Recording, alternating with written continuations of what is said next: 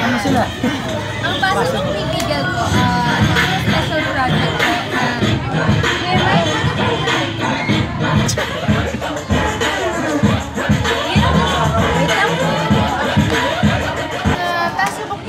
It's a special project po na ginawa po namin with GMA Network. And ang target po ng Pass a Book with Bigel is mahikayat. Yes, mahikayat yung mga from teens and hanggang sa mga pinakabata pa na importante ang pagbabasa. Na gusto namin parang ang gagawin po namin is from one school to another, parang we share our books with each other. Kasi, di ba, yung mga kabataan ngayon, nalulunod sa gadgets, si OC, mga ganyan, No. PS4, yeah. So, and sa amin ni Bianca, alam namin na importante yung pagbabasa ng book. So, ginawa namin yung basa book. Ang gagawin namin dito, may mga schools na mag-share ng books. Tapos yung mga makakolekta namin books, ipapamigay namin sa aming book drive, sa mga malls yan. Yes, meron po kami. Sa children's hour naman, separate yan sa Pass a Book? Or children's hour is just for this project lang, yung pagpunta niyo dito sa Christian Mission? I see. Ano favorite? Ko is Stardust by Neil Gaiman. Yung naging movie?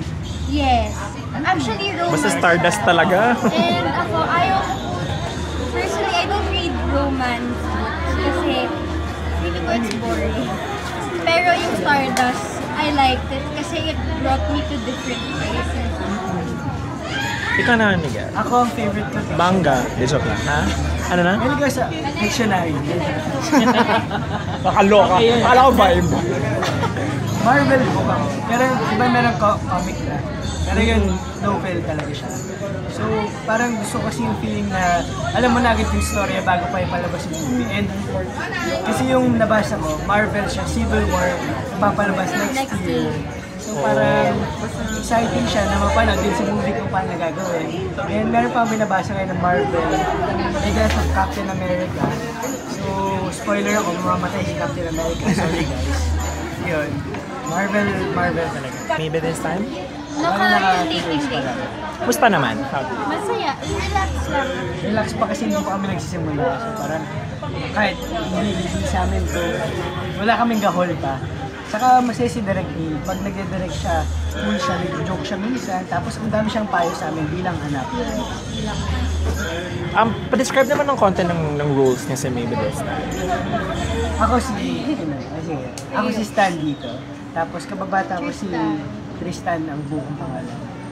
Kababata ko si Karina, which is Bianca, na tapos naghiwalay kami dahil pumunta ako sa Australia. Pagbalik ko, parang hindi na kami magkakilala. Hindi namin natandaan. Hindi namin nakilala. Nakilala. So may scene sa Australia, wala? Wala. Sana.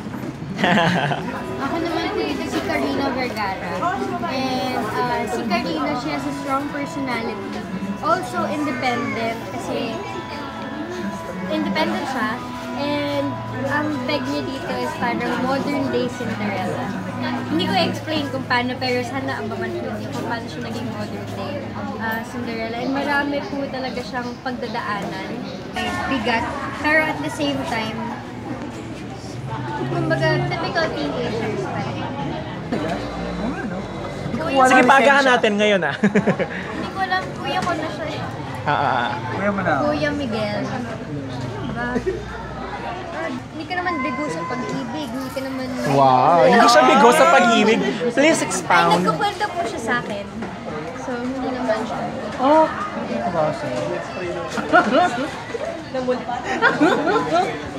Sige, Bianca.